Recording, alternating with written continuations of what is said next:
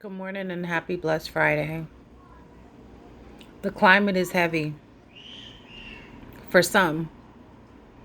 For others, it always has been. And I'll share a story. There's so many. But raising a young black man, there were so many things that I had watched my mother and the aunts and the men in my family tell me stories about when they were growing up, or just model it for me by explaining to me the rules were different, and therefore they adjusted the rules, particularly for young black men. Needless to say, when I had my son, I tried to keep him in the same school district no matter where I went, because I knew what it felt like to move around and to lose touch and to not have a fluid upbringing. And so stability was something that I hoped for. What I realized was that stability was a state of mind that some people get and some people don't. And there was this particular time where my son was in grade school and I got this call, which really felt like out of the blue. And it kind of went like this: Miss Boykin, the aggression that your son is showing outside is now coming into the classroom. And I had to think. And my response was, well, this is interesting, because I've never heard anything about him being other than sweet and kind and giving and helpful.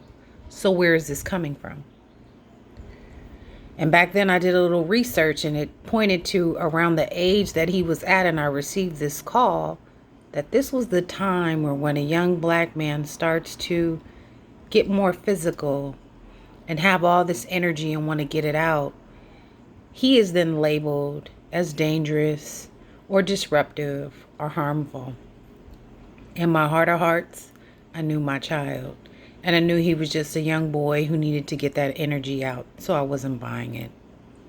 Needless to say, I sat down with the principal and cussed her out, not using one cuss word. No, she didn't match me. She didn't look like me. She had no experiences that alluded to ever matching mine. And as my son's parent and one of his parents and advocates, I went in, and I went in hard, right?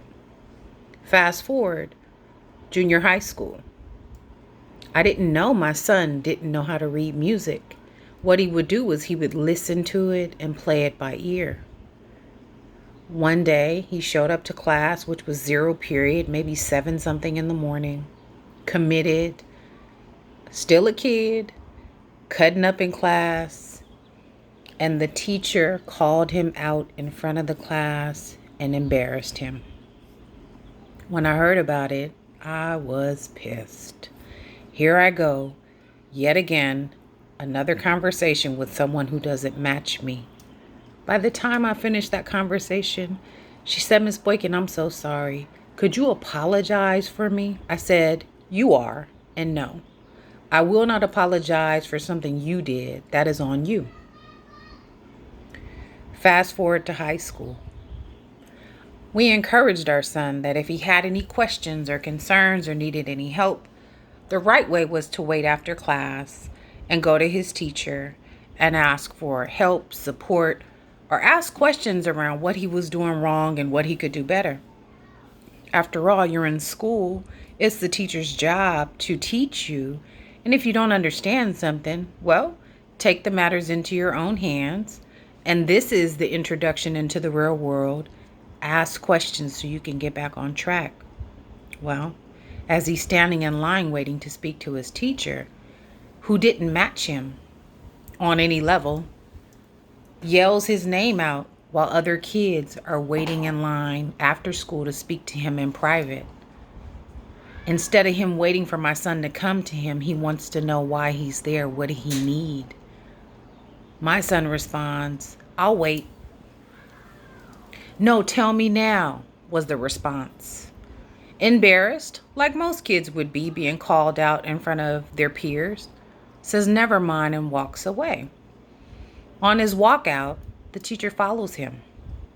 When he calls his name after a kid shuts down because they're embarrassed, he finds a way to run in front of my son, stops him, and asks him to tell him what he wanted to ask him. But where he went wrong was he slapped the locker in front of my kid.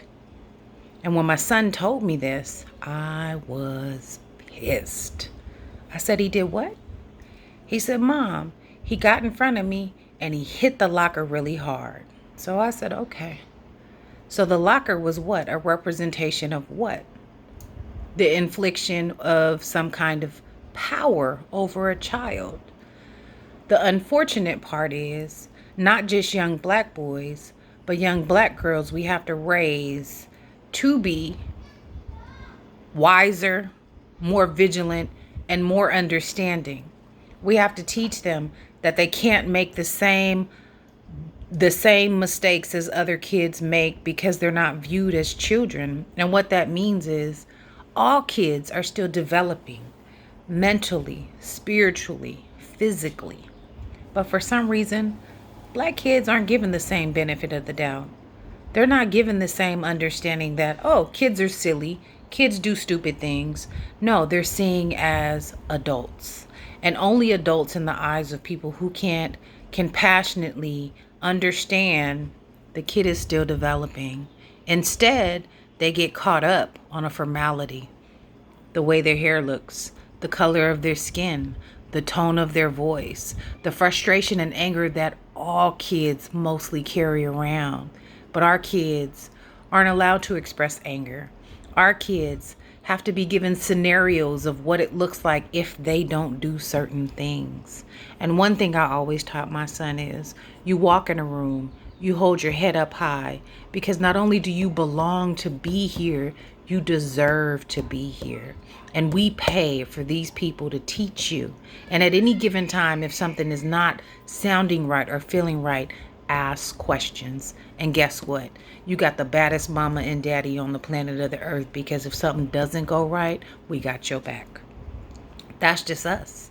There were kids who didn't have advocates, people, parents, family to advocate for them when they were in situations where the unbalance of like power and privilege was put on to them.